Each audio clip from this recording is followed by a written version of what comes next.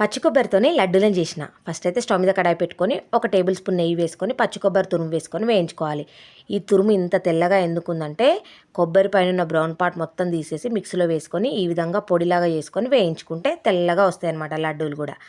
ఇప్పుడు మనం తురుము మంచిగా వేగినాక తురుము 1 కప్పు తీసుకుంటే చక్కెర కూడా 1 కప్పు వేసుకుంటే మనకు లడ్డూలు అనేవి తీయగా కమ్మగా వస్తాయి అన్నమాట. కొంచెం తీపి తక్కువ తినే వాళ్ళు తక్కువ వేసుకుంటే సరిపోతుంది. ఇప్పుడు ఈ షుగర్ మెల్ట్ అయ్యేంత వరకు మనం మంచిగా లో ఫ్లేమ్లో పెట్టుకొని ఇదే విధంగా కలియబెడుతూ ఉండాలన్నమాట. అప్పుడు మనకు లడ్డూ చుట్టడానికి మంచిగా ఈజీగా వచ్చేస్తుంది అనమాట. ఇప్పుడు ఒకసారి మనం చెక్ చేసుకుందాం, మనకు లడ్డూలాగా చుట్టుకుంటే వస్తుందా లేదా అనేది ఒకసారి చెక్ చేసుకుందాం. చెక్ చేసుకుంటే ఇప్పుడు మనకు మంచిగా ఉండలాగా వస్తుందన్నమాట. చూసారు కదా, ఈ విధంగా వచ్చినప్పుడు మనం పక్కకు దించేసుకుంటే సరిపోతుంది. ఇలా రౌండ్గా వస్తుంది కదా. సో ఇప్పుడు మనకు లడ్డూలు చుట్టడానికి ఈజీగా వచ్చేస్తుంది కాబట్టి దీన్ని పక్కకు తీసుకొని ఒక 5 నిమిషాలు చల్లారబెట్టుకుంటే మనకు ఈజీగా చుట్టడానికి వస్తుంది అనమాట.